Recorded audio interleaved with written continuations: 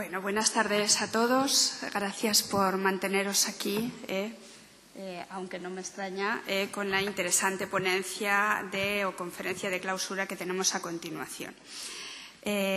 Bueno, aprovechando que tenemos aquí al Gobierno de Aragón, pues quiero hacer dos agradecimientos. El primero, aunque no esté aquí, por el concepto de nueva cultura jurídica, que es una idea que escuché por primera vez a Julio Tejedor, compañero de la facultad, experto en vivienda y en urbanismo, y que enseguida pues me apropié, no sé si legalmente, pero me gustó mucho. Desgraciadamente no ha podido acompañarnos a lo largo de este congreso, pero sí que quiero hacer ese reconocimiento explícito de la autoría de esa expresión que tanto gusta, porque me lo han comentado varios, y no quiero que aparezca como algo original mío, pues no. Gracias a Julio Tejedor, si lo veis, os agradeceré que se lo transmitáis. Y luego quiero agradecer también al Gobierno de Aragón, a la directora general, Maite Andreu, a Teresa Mosquera y también a Alfonso, lo bien que nos han tratado durante el desarrollo de todo este proyecto. Sé que estaban muy ilusionados en él y yo lo quiero agradecer especialmente, a los tres en particular, porque sois los que habéis estado ahí en lo que había que estar. Bueno, y dicho esto, paso a presentar a Alfonso Salgado, que es jefe del Servicio Jurídico del Régimen Jurídico y Económico de la Vivienda del Gobierno de Aragón. Lleva muchos años allí ya, ha estado en la Ley de Vivienda anterior, si no estoy equivocada, y está en el campo de batalla de esta nueva ley, que tiene muchos aspectos novedosos. Yo creo que es muy interesante porque contempla un derecho subjetivo, hay muchas cosas una mediación obligatoria. Además, este proyecto de ley se está tramitando a través de un procedimiento participativo, y creo que va a ser muy interesante tu ponencia como conferencia de clausura. Muchas gracias por estar aquí y ya te dejo hablar. Me callo yo. Gracias. Bueno, muchísimas gracias a la organización y a ti, no solo por habernos invitado aquí al Gobierno de Aragón, sino por estas palabras tan amables que nos has dedicado ahora. Bueno, como es la última ponencia y estaremos todos ya muy cansados seguramente, voy a intentar ser breve, pero no rápido, ¿vale? Porque hablo despacio. Entonces, la ponencia voy a explicar el anteproyecto de ley de vivienda de Aragón. Aunque está en fase de anteproyecto todavía, lo tenemos ya muy avanzado. De hecho, quedan apenas un par de informes para que esto se convierta en un proyecto que esperemos que sea de aquí en un mes aproximadamente. Con lo cual, el texto que ahora voy a explicar es el que, salvo los cambios que se produzcan de última hora, pues se supone, si lo aprueba el Gobierno de Aragón como proyecto, llegará a las Cortes de Aragón. Bien, lo primero que quería comentar es qué es lo que ha sucedido en los años inmediatamente previos a este anteproyecto, porque tiene esa importancia. En el año 2015 hemos aprobado un decreto ley que luego se convirtió en una ley con algunas modificaciones, son los que están expuestos en la pantalla, que tenía dos objetivos principalmente. El primero de ellos, combatir el problema de los lanzamientos o de los desahucios o de las ejecuciones hipotecarias en temas de arrendamiento o de propiedad. Lo que se trataba ahí con los lanzamientos era prolongar la normativa que se había aprobado por el Estado, que tenía una duración temporal en principio de 4 años, en que se demoraban los lanzamientos en materia de ejecuciones hipotecarias. Lo que pretendía este decreto ley era prolongar eso de tal manera que hasta que no hubiera una solución habitacional a la persona afectada, no se pudiera lanzar. La segunda medida que estaba prevista tanto en el decreto ley como en la ley, bueno, y que está prevista porque está vigente la ley, es lo que aquí se acaba de comentar esta misma tarde, creo, por el profesor Lacruz, pero de pasada. El profesor Lacruz ha comentado de pasada las expropiaciones de uso y los arrendamientos forzosos. Esta ley lo que introducía era un arrendamiento forzoso. Con esta ley y con el decreto ley anteriormente lo que se pretendía era que las viviendas vacías, concepto que ha salido también aquí durante estas jornadas, que estuvieran en manos tanto de grandes propietarios como de entidades bancarias o subsidiarias inmobiliarias, se pudieran movilizar de tal manera que o se alquilaran voluntariamente por ellos o el Gobierno de Aragón les propondría una familia, una persona, que cumpliera una serie de requisitos a los que ellos obligatoriamente tendrían que arrendarla. Además, el Gobierno de Aragón garantizaba el pago del arrendamiento. Es decir, esa familia estaba obligada a esa persona a pagar el arrendamiento, pero si no lo pagaba, el Gobierno de Aragón lo podía suplir. Bueno, pues estas medidas, que son algunas de las que se han comentado aquí estos días por los distintos ponentes, están suspendidas. Están suspendidas porque el Gobierno de España ha impugnado estas normas, las ha llevado a través al Tribunal Constitucional y a través del artículo 161 de la Constitución, y se ha producido la suspensión primero automática y al cabo de 5 meses el Tribunal Constitucional ha confirmado la suspensión de la aplicación de estas dos medidas, con lo cual no se han podido llevar a la práctica. Lo que sí hemos podido llevar a la práctica, por cierto, aquí, es un censo de viviendas vacías que tenían estas entidades bancarias inicialmente y que se acerca, en cuanto a viviendas vacías, a cerca de 5.000 viviendas. Ahora bien, no todas habitables directamente, que esto también hay que decirlo, porque este tipo de viviendas son algunas que no estaban, digamos, en perfecto estado de uso porque los procesos de construcción no se habían terminado del todo, ¿de acuerdo? Entonces, aunque en principio aparecen como viviendas, realmente no están habitables del todo. Pero, en definitiva, las medidas no se han podido aplicar porque el Tribunal Constitucional ha aplicado la suspensión. ¿Por qué ha aplicado esta suspensión? Esto lo explicaré luego al final de la ponencia para que se vea a qué nos estamos enfrentando realmente. Llegados a este punto, lo que nos decidimos es por elaborar un anteproyecto de ley. Este anteproyecto de ley se llama Anteproyecto de Ley de Vivienda. Hemos debatido el tema porque también se planteó el título, porque nos hemos planteado también llamarlo Ley del Derecho a la Vivienda. Aún se puede cambiar el nombre, no sé cómo quedará. Tiene dos objetivos principales. En primer lugar, un objetivo de seguridad jurídica. En estos momentos, la normativa en materia de vivienda es enormemente dispersa. Es decir, hay normativa de vivienda. Creo que esto aquí no ha salido, pero hay una normativa de vivienda vigente todavía de 1940, sobre todo en materia de habitabilidad y algunas otras normas. Y desde 1940 hasta la actualidad, las normas se han ido superponiendo, en muchos casos sin derogar las normas previas, sin derogarlas expresamente, a veces. Entonces, tenemos una serie de normas que son, por ejemplo, normas del año, ya he dicho, del año 40, tenemos normas del año 68 que están vigentes, por ejemplo, en materia de vivienda protegida, normas del año 78, una preconstitucional y otra justo después de la aprobación de la Constitución. Tenemos también, a partir de ahí, normas de la comunidad autónoma de bajo rango reglamentario que no son completas y que se basan en estas normas preconstitucionales que digo, y llegamos aquí, por ejemplo, en la Comunidad Autónoma de Aragón, al punto de tener una ley, la Ley 24/2003, que es también una ley en materia de vivienda protegida, pero de carácter parcial.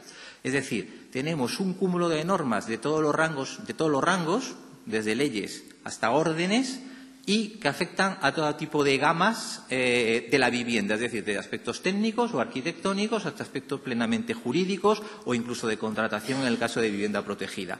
¿A qué conduce esto? A que nosotros mismos, muchas veces en las administraciones públicas, a la hora de tener que aplicar una norma, no sabemos qué es lo que está vigente o no tenemos la seguridad de lo que está vigente. Esta ley o este anteproyecto lo que pretende es arreglar ese tema, dejando sin efecto, desplazando, digamos, las normas estatales que ya no se aplicarían aquí e integrando toda la normativa autonómica previa en una sola ley. El segundo objetivo de la ley es construir un derecho a la vivienda, es decir, desarrollar el artículo 47 de la Constitución. Y como esto lo voy a tratar un poquito más adelante, avanzo en el tema. Estos dos objetivos se han traducido en toda esta barbaridad de artículos. Son muchos. Es una ley muy extensa, muy larga. 187 artículos, como se ve, 6 disposiciones adicionales, 13 transitorias, una derogatoria y 2 disposiciones finales. Es decir, de estos dos objetivos ha emergido todo esto. ¿Por qué tantos artículos? Por lo que he dicho, porque estamos intentando de agrupar toda esa normativa en un único texto, cosa que sabemos que en principio es imposible, pero lo estamos intentando. Bueno, no es imposible, pero casi. Lo estamos intentando. Entonces, esta es la estructura. Afortunadamente, como el tiempo de la exposición es limitado y gracias a la organización, pues les evito a ustedes una indigestión explicándoles toda la ley y solo voy a explicar un aspecto que ahora comentaré. Este es el contenido de todos estos artículos. Es decir, aquí hay de todo. Como pueden ustedes ver, va desde la distribución competencial en el tema de las administraciones locales, que, por cierto, en el tema de administraciones locales no sé si ha salido, creo que no en las ponencias, hay unas sentencias peculiares, creo que del Tribunal Superior de Justicia de Cataluña del año pasado, en que limitaba determinadas actividades de las administraciones locales en materia de vivienda, que decía que no tenían, digamos, no podían aplicar mecanismos sancionadores, sino que debían delimitarse a mecanismos de fomento. Esto solo lo comento porque son unas sentencias curiosas. Yo solo conozco 2. No sé si esto se habrá asentado o no, pero es una cosa curiosa. Hay también temas del suelo, reservas en materia de suelo. Hay un sistema de información sobre vivienda que se intenta crear, porque uno de los problemas que tenemos en Aragón es que no sabemos qué pasa en la realidad, pues este es el objetivo. Hay un estatuto jurídico del usuario de vivienda y una función social de vivienda que son el núcleo duro, digamos, de la ley y que es lo que ahora voy a explicar brevemente. Y normas sobre calidad y rehabilitación. Integramos toda la materia de vivienda protegida y la inspección de vivienda y régimen sancionador. Y ahora paso a explicar, digamos, de todo esto he tenido que seleccionar qué explicaba. Pues me parece que lo más importante es el derecho subjetivo a la vivienda. Estas jornadas comenzaban con una conferencia de Fernando López Ramón sobre este tema precisamente. No es que nos hayamos puesto de acuerdo. Ha dado la coincidencia de que estamos terminando hablando de lo mismo que empezamos, el derecho subjetivo a la vivienda. Esta ley intenta construir un derecho subjetivo a la vivienda. Lo primero, claro, no es un derecho de carácter universal como puede ser la sanidad, porque, digamos, no se podría cumplir. Las administraciones públicas, digamos, tienen una capacidad limitada en estos momentos para poder cumplir con soluciones habitacionales, como decía Luis hace poco. No podemos dar una vivienda a todo el mundo. Entonces, lo que hace la ley es hacer una declaración genérica sobre un derecho a la vivienda, derecho, sin más, en que todo ciudadano tiene derecho a la vivienda, y a continuación construimos el derecho subjetivo. Este derecho subjetivo se va a aplicar a las personas que estén en situación de vulnerabilidad. Es decir, las situaciones de vulnerabilidad se definen en la ley con unos parámetros determinados y se llevará al desarrollo reglamentario. Actualmente, una de las leyes que he mencionado antes, que está vigente y la que está parcialmente suspendida por el Tribunal Constitucional, contiene una serie de situaciones que se consideran de vulnerabilidad. Esta ley lo que hace es incorporarlas no de una forma tan detallada a nivel legal, sino con un marco, porque lo que se pretende es desarrollarlo reglamentariamente para ir ajustando cuáles son esas situaciones de vulnerabilidad en función de qué, en función de los datos que nos ofrezca el sistema de información que la ley va a crear. Es decir, porque como no sabemos lo que pasa en la realidad, solo podemos suponer cuáles son las situaciones de vulnerabilidad, pero no lo sabemos con exactitud. Entonces, el derecho subjetivo lo estamos creando para este tipo de personas, o unidades familiares o unidades de convivencia.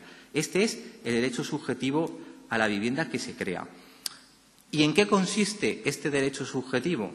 Es decir, esto es, como todo derecho subjetivo, es un derecho de carácter reaccional, es decir, los ciudadanos que tengan este derecho van a poder reclamar primero a la Administración, y si la Administración no cumple, se podrán ir a los tribunales para que hagan cumplir a la Administración, que la Administración les dé una vivienda. En esto consiste el derecho subjetivo. La Administración tiene que proporcionar una vivienda a todas estas personas que tienen el derecho. Y si no puede proporcionar una vivienda, lo tiene que sustituir por una prestación económica. Una prestación económica que no cualquier prestación económica, sino una que sea evidentemente suficiente para que pueda, por ejemplo, alquilar una vivienda. ¿Problema que tenemos aquí? Evidentemente, las administraciones públicas disponen de pocas viviendas. Aparte de las viviendas patrimoniales propias, es decir, aquellas que ha construido la propia Administración o ha adquirido a través de distintos mecanismos como expropiaciones, derechos de adquisición preferente, etcétera, pues también cuenta desde hace pocos años con unas bolsas de vivienda que proporcionan los distintos particulares y que integran este sistema. Aún así, en conjunto, hay pocas viviendas en las administraciones públicas. Por otro lado, otro de los problemas que plantea esto es que hay ayuntamientos que, digamos, crean bolsas para captar este tipo de viviendas y cada uno utiliza unos parámetros diferentes. Lo que intenta la ley es crear una red única en Aragón para que este derecho subjetivo sea eficaz exactamente igual en todos y cada uno de los municipios de Aragón, ¿de acuerdo? De tal manera que habrá un desarrollo reglamentario que dirá cómo hay que gestionar estas viviendas, qué parámetros hay que utilizar. Será amplio, no será un reglamento sencillo porque hay un mosaico de situaciones de vulnerabilidad, ¿de acuerdo? Pero este es el objetivo, digamos, que persigue este derecho. Pero, claro, esto es el acceso a la vivienda. He hablado del acceso a la vivienda. Recordarán ustedes que Fernando López Ramón decía que el derecho subjetivo no solo es un derecho de acceso, es un derecho a conservar la vivienda, es decir, a mantener la vivienda, a que yo no la pierda, Pues la ley también viene a contemplar esta parte del derecho subjetivo. Si hasta ahora he estado comentando el acceso a la vivienda, ahora esto que llamo sistema de garantías en sentido amplio, lo que viene es a tratar de garantizar que las personas no pierdan su vivienda, por lo menos fácilmente. Entonces, este sistema se basa especialmente en estos tres parámetros que he puesto en la pantalla. En primer lugar, en un sistema complejo e intenso de información. Es un sistema que cruza varios elementos. No solo contempla los distintos tipos de negocios jurídicos que se pueden dar sobre la vivienda, es decir, compraventas, usufructos, usos, habitaciones, arrendamientos, etcétera, sino que contempla también las distintas fases de los procesos constructivos en que se puede encontrar esa vivienda. Vivienda en diseño, vivienda en construcción, vivienda terminada. Es decir, que está cruzando los elementos arquitectónicos con los elementos propiamente del negocio jurídico. Pero no solo eso, sino que también contempla un sistema de información en materia de financiación de las viviendas. Es decir, no hemos utilizado solo la terminología de créditos inmobiliarios o préstamos hipotecarios, sino que hemos querido hacer un artículo denso que pueda contemplar todos los sistemas de financiación, y lo voy a decir claramente, porque a las entidades bancarias o financieras se les ocurren muchas cosas, normalmente muchas cosas para, viendo la ley, inventarse un negocio jurídico nuevo. Bueno, pues la idea es utilizar una terminología tal que esta ley comprenda, no sé si voy a decir, ya sé que será iluso, pero comprenda el mayor número posible de negocios jurídicos que existan o que se puedan ocurrir en el futuro, ¿vale? Este es el primer nivel. El segundo nivel es qué sucede cuando hay un conflicto entre el arrendador y el arrendatario, un conflicto entre la entidad de crédito o el sistema financiero, el prestatario y el prestamista. ¿Qué sucede cuando hay algún conflicto? Un conflicto cuando hay también un problema de sobreendeudamiento. Pues aquí nos hemos tirado a la piscina y hemos diseñado un sistema de mediación obligatoria.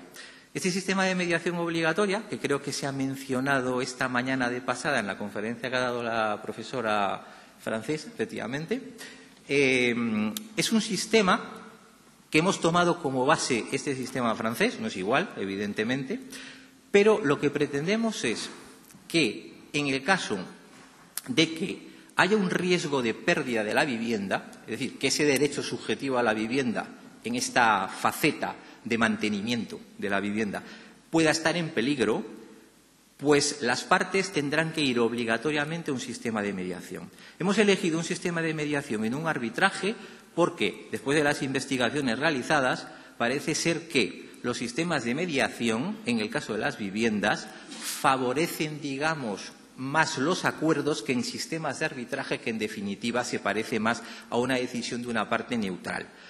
Hay que tener en cuenta que un sistema de mediación no es estrictamente neutral, sino que lo que pretende es un acuerdo entre las partes, es decir, es un facilitador del acuerdo, no es un juez que decide. Entonces, hemos optado por un sistema de mediación porque nos parece más viable, más factible y más justo para las partes, especialmente para la parte que pueda ser más débil en cada caso, porque esto también hay que tenerlo en cuenta.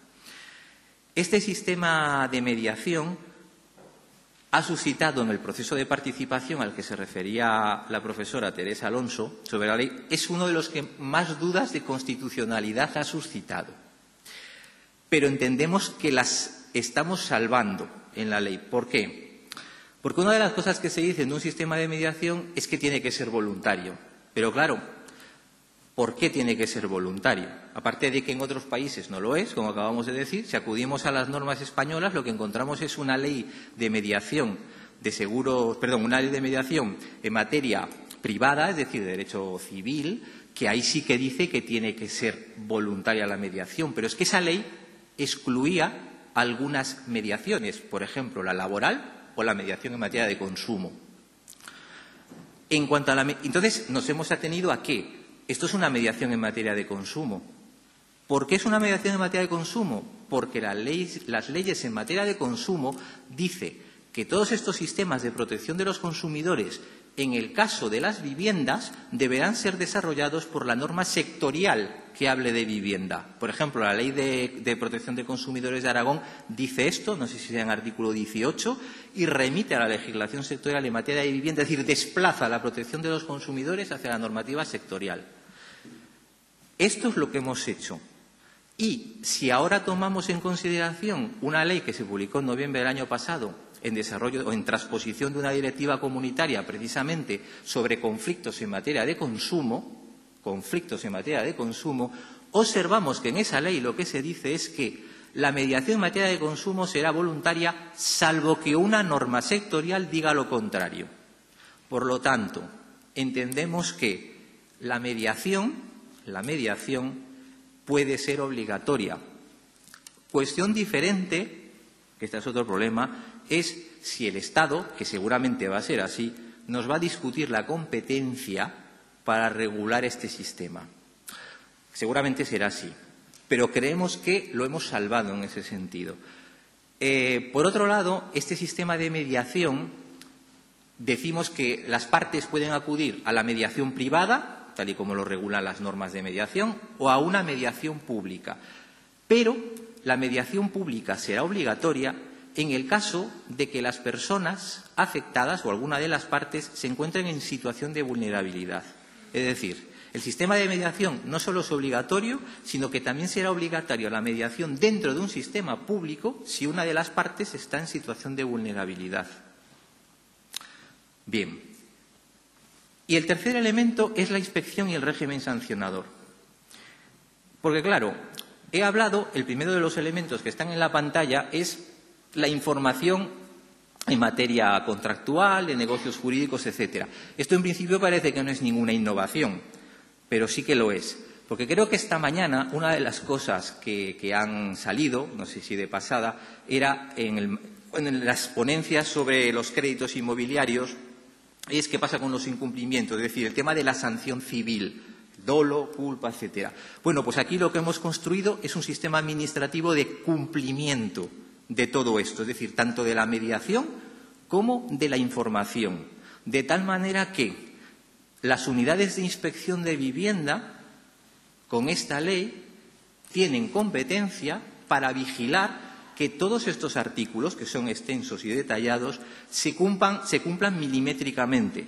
Y si no se cumplen, habrá sanción administrativa. Esta mañana se hablaba de esto, que si sanción civil o administrativa. Bueno, pues hemos optado porque, muy bien, la sanción civil está ahí, se puede ir uno a los tribunales perfectamente, no pasa nada, pero desde luego la Administración va a actuar. Porque, claro, ¿de qué sirve una ley, sobre todo una ley con este contenido de carácter muy administrativo si no hay consecuencias administrativas. Sería un brindis al sol.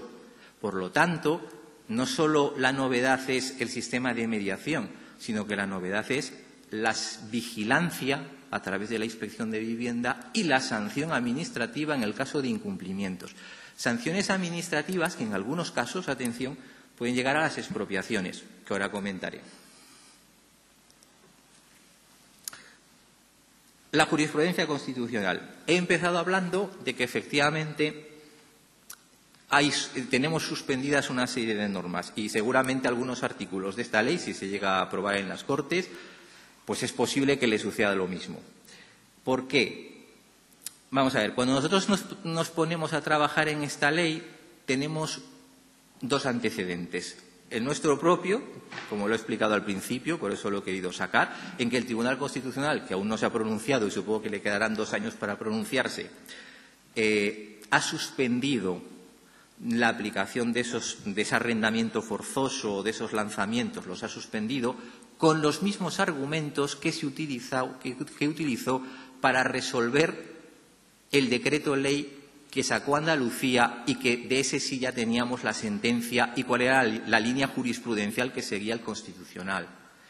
Entonces, esta ley la hemos tenido que mirar con mucho detalle cuál ha sido la jurisprudencia constitucional para que, como por ejemplo, las expropiaciones de uso habían sido declaradas inconstitucionales en la normativa andaluza, hemos optado por los arrendamientos forzosos y a ver entonces lo que dice el Constitucional. Es decir, esto es un juego entre la legislación y la línea que vaya a seguir el Tribunal Constitucional. Una de las cosas que he puesto ahí es que la jurisprudencia constitucional desde los años 80 hasta ahora, por eso he puesto estas sentencias, hay alguna más, está por ejemplo la última sentencia que es la 32/2018, que es del mes de abril sobre otra ley andaluza, que es digamos muy similar a la navarra. La primera sentencia que emite el Constitucional en materia de vivienda, que es sobre planes de vivienda, o que construye, no es la primera, es la segunda, pero que construye, digamos, la doctrina sobre la distribución de competencias entre el Estado y las comunidades autónomas, que es una impugnación que hace la Comunidad Autónoma del País Vasco a un plan de vivienda estatal, construye una competencia expansiva de la Comunidad Autónoma y una limitación de lo que puede hacer el Estado.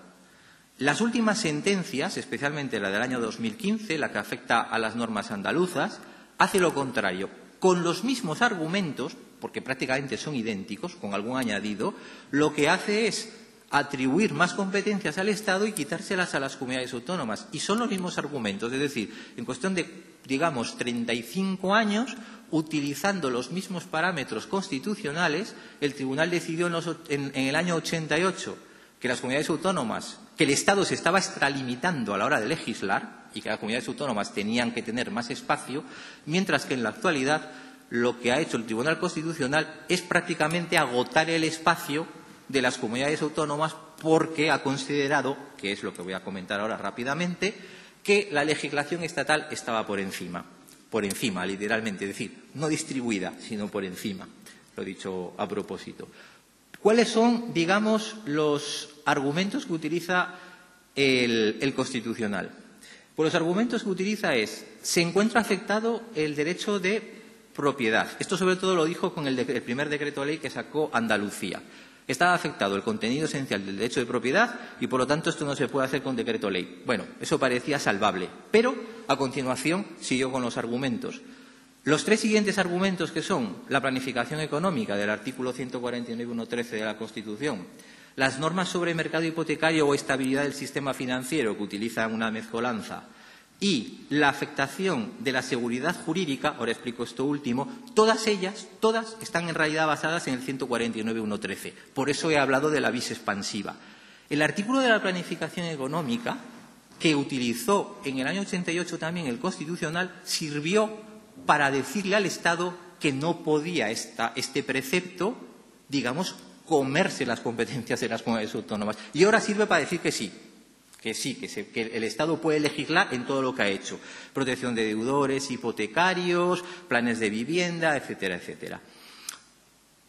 Y lo tremendo de esto es que los argumentos que utiliza el Constitucional, se nota que estoy en claro desacuerdo con esta línea jurisprudencial, los argumentos que utiliza son todos de carácter económico. Es decir, no está jamás haciendo referencia a ningún derecho a la vivienda, a ninguno.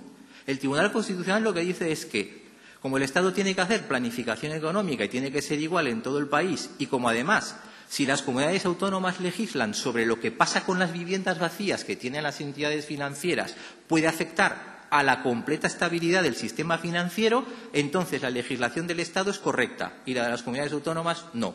Esto es lo que viene a decir el Tribunal Constitucional. Es decir, no hay en las sentencias del Constitucional referencia alguna al derecho a la vivienda. Hay referencia a cuál es la estabilidad económica que tiene que tener un país.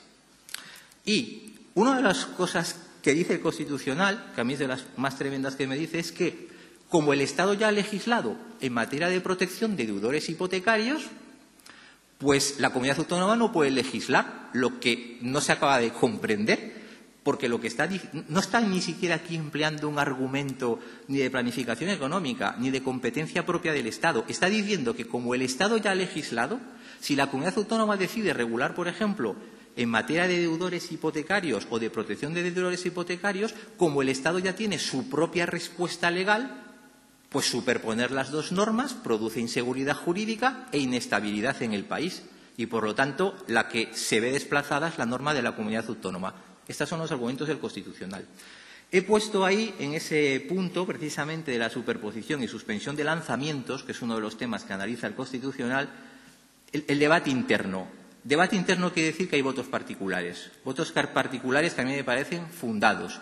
Por ejemplo, en materia de suspensión de lanzamientos, que he explicado antes que la Comunidad Autónoma de Aragón y otras comunidades, pero por ejemplo la nuestra, había dicho que mientras no hay una vivienda para una persona no se le puede lanzar, a diferencia del Estado, que era una cuestión cronológica o temporal, pues aquí el voto particular lo que dice es, bueno, pues lo que hay que hacer es, si el Estado en algún momento no prolonga esta mora de los lanzamientos, entrarán en juego las leyes que han aprobado las comunidades autónomas. Esto es lo que dice el voto particular, no lo que dice el voto mayoritario de los magistrados. Y otro tema que ha discutido mucho es la expropiación forzosa. Aquí sí que ha habido un pequeño cambio entre la primera sentencia que afectó a la norma andaluza y la sentencia que afecta a la norma navarra. Pequeño, muy pequeño, porque en la norma andaluza parecía que la comunidad autónoma no podía legislar de ninguna manera en materia de expropiación forzosa de viviendas vacías, que es sobre todo lo que se estaba legislando. Bien, en la ley navarra ya admite algo. Yo, francamente, no he acabado de comprender el por qué el Tribunal Constitucional distingue dos supuestos en esto de la expropiación forzosa, porque dice que es inconstitucional que se regule la expropiación forzosa de viviendas que ya han estado sujetas a un proceso de ejecución hipotecaria y que se han quedado las propias entidades de crédito. Ahí dice que no es posible esa expropiación forzosa. Lo he explicado llanamente, pero es eso. Pero no prohíbe la expropiación forzosa si eso no se ha producido. Básicamente es esto. A mí no me ha quedado muy claro el porqué, pero esto es lo que viene a decir. En cualquier manera, es una puerta abierta a esto. Y también es una puerta abierta a otra cosa que no modifica su doctrina anterior porque no lo había llegado a tratar, que eso es el tema de las sanciones. Yo he comentado antes que aquí tenemos previstas una serie de sanciones si se incumple la función social de la propiedad en materia de vivienda, es decir, la función social de la vivienda. Parecía, en la sentencia del 2015 de Andalucía, parecía que esto estaba completamente vedado. Bueno, pues ahora no, porque permite que efectivamente existan sanciones administrativas en el caso de que las viviendas se queden vacías de acuerdo con unos parámetros que puedan definir las leyes de las comunidades autónomas. Esto nosotros lo hemos hecho en nuestra ley también. Es decir, por eso he explicado que hemos tenido que hacer todos estos juegos con estas líneas jurisprudencial para meternos a través de los resquicios que nos iba dejando. Y por último, y ya termino con esto, a los juristas normalmente hablamos de las leyes y nos olvidamos de que tienen que ser aplicadas con eficacia. Y para que sean aplicadas con eficacia, esta ley necesita un componente presupuestario.